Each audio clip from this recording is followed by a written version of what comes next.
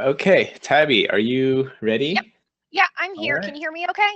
Yep, I can. So you can take it away whenever you're ready. I assume everybody can see the big eyes on the screen? Yep. Okay. So let's see. Um, Hi. So I'm Tabby. I run Paper Star Studios and I also do writing there. And about a year and a half ago, I fell really head over heels in love with the Otome genre. And so today I'm going to talk about what the heck an Otome is, and also a little bit about what the audience is like for them. And I'm definitely going to refer to the romance options in these games as kiss boys because they're boys and you kiss them. So, getting into this, um, first off, what is an otome? So, otomes are about kissing and romancing hot boys. That is the point. That is what we're here for. So, sometimes they're sad and sometimes they're mad. Um, and you kiss them. I mean, you work together with them to help solve each other's problems to get the good ending, which is basically getting married, assuming that you don't actually get married in the game as this image portrays. So, that's the basic rundown on what these otomes are, but there is more to them than just the kissing. Like any galgame or a game that's aimed at men that is about pursuing pretty girls, they're about living out a fantasy.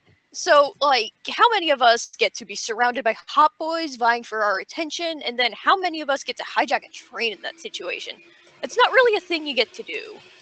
Alternatively, how many of us get to set something on fire to protect a loved one? That's not something that you get to do. So, so you work together with your love interest to help solve each other's problems, whether those are interpersonal or bigger world problems, and they are quite similar to romance novels in the idea that that they're there to be like a romantic thing. So they the thing is though, in an otome game, you're given a wide variety of kiss boys to suit your tastes, whereas like in a romance novel, if you are reading this book and you're like, wow, this setting is great, I love this world building, and I can't stand this love interest, you're stuck with him unless the author has explicitly written other books in this universe. You're stuck with this guy in this setting if you want to explore this setting. Meanwhile, in an otome game, you get to, like, if you're going down a route and you hate this guy, you can either stop there and start over, or you can go ahead and finish it off if you're a completionist like I am, and then go back and try a different guy that might be better suited to your tastes. And something interesting that I like about otome games is that they tend to explore darker themes. So, like for instance, Bad Apple Wars has a lot of allusions to like depression with the main character, and this kind of setup allows the player to indirectly experience these darker themes without actually having to like deal with them. For instance, there's one slightly sexier game on the Vita, um, called Period Cube, and that explores some sort of darker sexual themes. So, otome games can be sexy or not. A lot of them are about like sweet romance versus, or a lot of the localized ones are more about sweet romance rather than sex, but that's largely because a lot of the localized otome games right now are on the Vita, and you can't put straight up porn in the PlayStation Store. That's not okay. And you're not really supposed to get too sexy on Android or iOS, but you can get away with more like in the text boxes. And I know that a lot of the phone games get pretty racy. So, you should care about Otome. And like, I know I keep referring to these as Kiss Boy games, but this isn't. I didn't pick up one of these games because of the Kiss Boys. I ended up picking up Code Realize, for instance, because I at the time I was really firmly in the camp that Otome games were not for me because they were going to be boring. They weren't going to be like heavy enough for me, and it was just going to be about kissing these boys and blah blah blah, and I wasn't going to have any fun with it. And my friend said to me, "Okay, but you should check out Code Realize. I think you'll really dig the protagonist." And so I went ahead and got a Vita, and I picked up Code Realize. And in Code Realize, I got sucked in pretty quick just because I liked the prose, but also because the main character in an early scene, a dog bites her, and the dog dies because the dog is melting. So it got a lot darker from the get-go than I anticipated. And while the game's tone overall was very hopeful and like light and not ever too dark, it did venture into some of the darker themes. Like there's one of the romance options is indirectly responsible for a war crime, and Code Realize like really tossed my expectations of the Otome genre up in the air. And then I realized that other games did the same kind of thing. Like Bad Apple Wars has some darker themes to it, while overall being lighthearted. Color and Malice is on the darker side. So I didn't pick up any of these games just because they sounded cute. I picked them up because they sounded fun and like they were going to do something interesting. So I want to point out that the market is there. As the previous presenter pointed out, there's like a big market with like the episode and choices games, and there's also a huge market for like Mystic Messenger. Mystic Messenger has over 1 million downloads on the Android market and has done well enough out of the players that do play that they were able to add in more routes and like more content. And then the Arcana has over 100,000 downloads on the Android marketplace. Like these games are doing well. And then the Otome Games page over on Facebook has 42,000 people that liked it. Like that's a decent number of people worth paying attention to. So, I want to talk a little bit about 18 plus Otome. In that I want you to know that girls are horny too, and there's not enough of these. Like, Crashing Little Miss Lonesome came out this year, ranks number 4 on Manga Gamer's 2017 top 10 for the games that they've licensed, and I really believe that it did so well because it's like the only one that's really available in English right now, not counting phone games, because though phone games don't get as sexual as this did. And looking at like the list of EVNs that have sexual content, Caramel Mochaccino isn't out yet, and then Seiyu Danshi is actually a boy's love, so that's not even an Otome. And Cute Demon Crashers wasn't meant to be particularly erotic, as I understand it. So like that short list already just got shorter. So like this is a really underserved niche in the West. I know there are a lot of explicit Otome games in Japan, but they're not here yet. I'm hoping that changes soon. So to get into a little bit more about what women like, I want to talk about the settings of those previous games I mentioned a little bit more, because you can do something simple, like you can do like a high school dating sim or just something relaxed like that, but there's other things you can do too, like Bad Apple Wars takes place in a school in Purgatory, much like the anime Angel Beats did, and it follows some of the same notes there, but it makes the stakes of the whole thing a lot different and a lot higher. And Code Realize has an interesting setting of taking place in London during the Industrial Revolution, but everything is steampunk. It's called Steam London. And then Collar and Malice takes place in Shinjuku during a series of terrorist attacks, and the main character is a police officer who is trying to solve these massive crimes that have like everybody else completely stumped. So you can do something a lot more interesting with your setting. And you can make it a little dangerous or a lot of dangerous, but one thing that I feel is critical to this kind of thing is that you should give your players opportunities to get rescued by the Kiss Boy, or if it suits your main character, have her do the saving.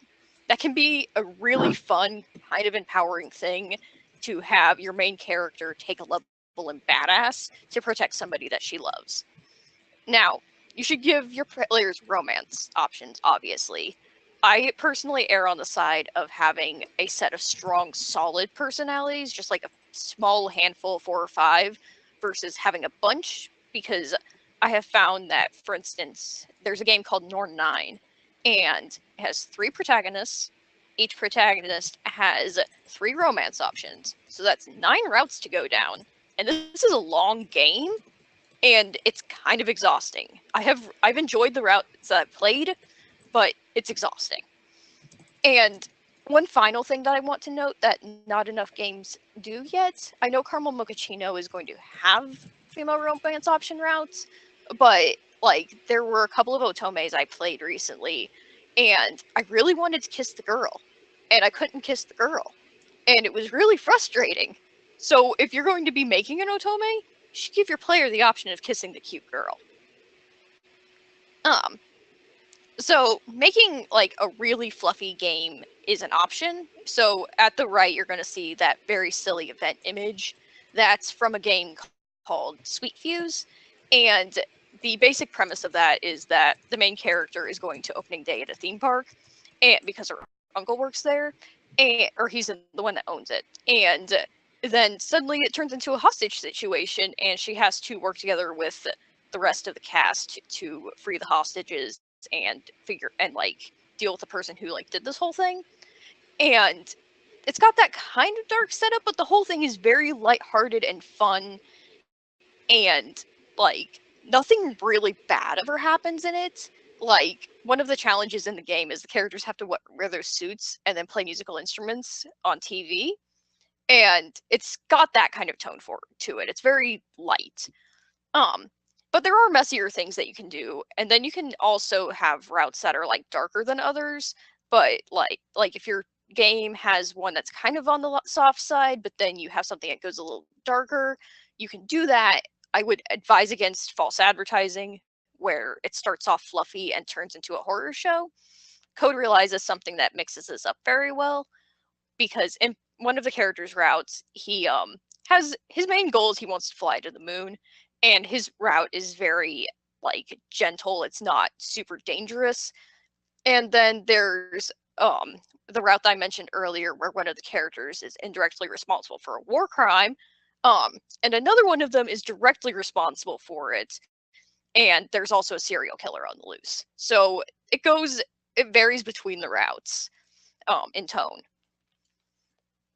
Now, something to think about is what kind of platform you want to target, because I found that like in PC games, women tend to like strong personality heavy protagonists more often, and Vita games tend to lean towards that as well, while mobile games tend to lean into giving their player a lot of customization options in exchange for more mild personality protagonists. So like Voltage is an example of a company that's done really well with this.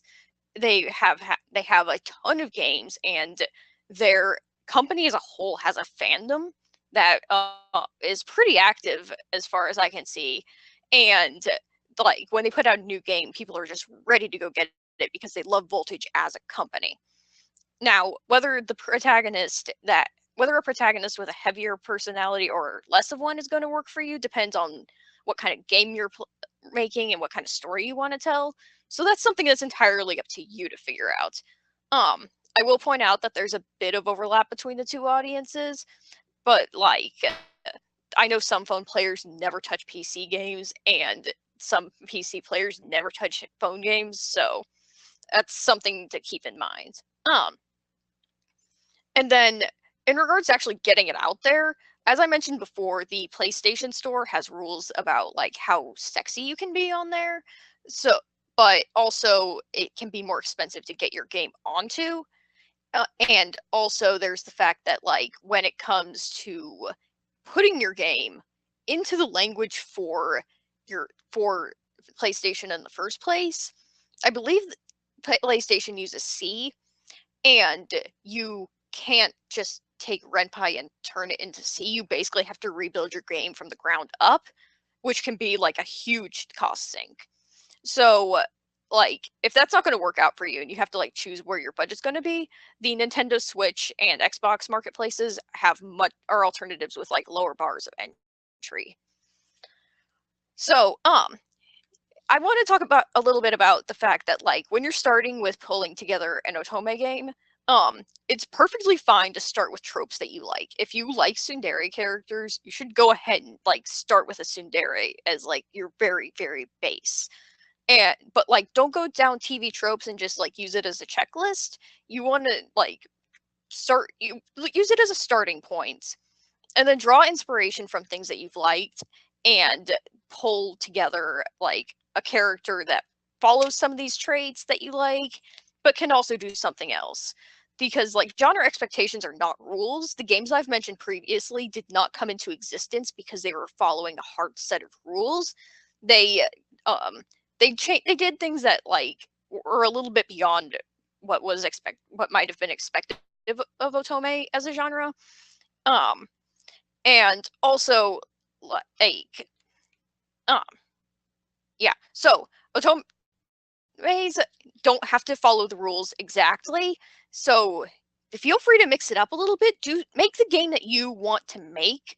Don't feel like you have to follow a strict formula. Like, do something fun with it. Make sure you're having fun making it. So, some final thoughts.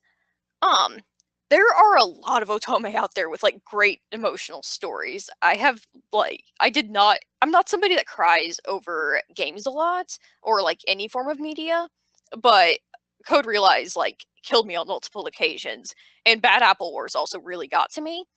And there were parts of a period cube that like hit me hard too. So like these things can really like get to you beyond just being about like cute boys that you're gonna kiss. And honestly, if you want to make an Otome, you should make one. And if you want to make one and you're like, oh no, I can't do that because girls don't like porn. Wrong. You should do it and you should make it porny. Now, and like the marketplaces are out there with pre-existing fan bases, and like they are ready to like get more games out there. Get them out there and people will buy them. Okay, that's what I have. Does anybody have any questions? All right, while those come in, I guess my question is, Otome is its own little island, like universe. It's got its own, how do I say this? It's got its own kind of not rules. It's got its own norms, is what I'm trying to say, right? Like VNs have a certain expectation. There's certain tropes. Otome has their own, and obviously they're not quite the same. And so for someone trying to cross over, what would you recommend as being like titles that we should look at to kind of get a sense of, okay, this is kind of like the patterns that exist and everyone knows them and we should be aware of them? So I'm going to go ahead and reference back to those 3 games that I've brought up previously, mainly with Code Realize and like Bad Apple Wars, because the main thing about those 2 is that like they both have happy endings that you can get, and they can be a little bittersweet, but like I feel like the happy ending is like really critical here, and each one of them also has like some tropes that are like pretty common to the genre. So like in Code Realize, you have Van Helsing, he's a tsundere, and then Impy is kind of the overly flirty kind of womanizer guy. Lupin is extremely charming, and then Victor is like this nice, quiet, nerdy guy. And then in Bad Apple Wars, you have Higa. He's I'm gonna say he's more on the tsundere side of things. And then like you have some of the more mysterious characters like Shikishima. And then like there's another thing to point out here, that you can get kind of weird in Otome. Like in Period Cube, there's a character called Astrum, and he's kind of a massive chuny, but he's really great and I love him. He's really appealing, but like he's hot. That's like an important thing to note. He's hot, and he's like really charming because he's kind of a massive, really endearing weirdo. Everybody else in the game mocks him, but he's really charming. So yeah, that's kind of where I would start. I would start looking at the Vita games. And let me think. Norn 9 covers a lot more tropes. Because like with that huge cast, like for instance, there is like Shota characters that a lot of people really like. Your mileage might vary on what defines a Shota, but yeah, I'm sorry, I'm getting a little sidetracked there. That's fine. That's fine. It shows your passion. All right, we do have a 10-minute break after this, and there are a bunch of questions here, and I can kind of just pick them out. But people can be free to, grab a drink, grab a snack, and we'll just keep continuing here. And then next up is sake bento. So I will pass over the presenter mode later. Okay, so some other questions. For example, what community should you market for Otome games? Because at least I've noticed this personally myself, is that the marketing, like where you market things is entirely a different space completely from the typical visual novel market. Like, where do you guys even hear about this stuff? Because I certainly don't know. Personally, I have found out about most of these Otome games from Twitter. There is a pretty strong community over there for like people just talking about Otome games. I follow a bunch of Otome game Twitters. There's a ton of Otome game blogs out there, and those ones tend to be more about the PC and Vita games. I think more the Vita games, and a lot of them go into ones that haven't been localized at all yet. And then for phone games, I'm not so sure about that. I don't really dig into the phone games. But like I have found most of my information on Twitter and then like occasionally our Otome games. If someone wants to just chime in with a voice question, go right ahead. I have a question for you, Tabby, in regards to the definition of Otome. So we made a game which was a female protagonist, and there's only one romanceable option, and the focus wasn't on the romance, it was on the story itself, but it was still classified by Otome, and like probably like 60% of our views and downloads came from the Otome part of Tumblr. Is Otome specifically boy or girl likes boy, or can it be games like ours? In my opinion, it's a lot more about like the romance of it, because like I don't really go looking for games that don't have romance options. The entire appeal is that like I have a bunch of options. I don't know if I would define an Otome game as something that just has a female protagonist and one love interest. Though I would call that more Otome adjacent. Like Hustle Cat is kind of Otome adjacent because you can pick the gender of the protagonist, and then the love interests are both like dudes and girls. But it's not quite an Otome in the same way as what I've listed.